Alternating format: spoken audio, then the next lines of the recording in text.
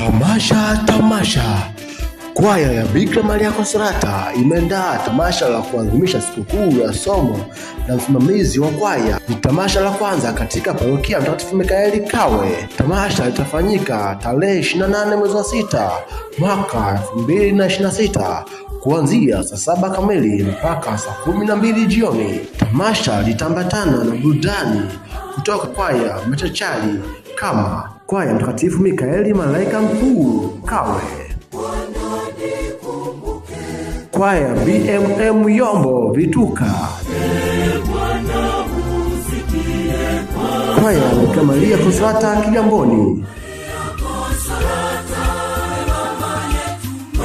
kwaya Mtakatifu Catherine Wasiena Kawe,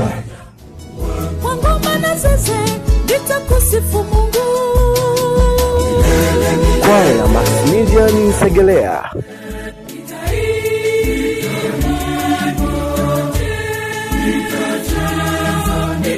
kwaya Josefu Kawe.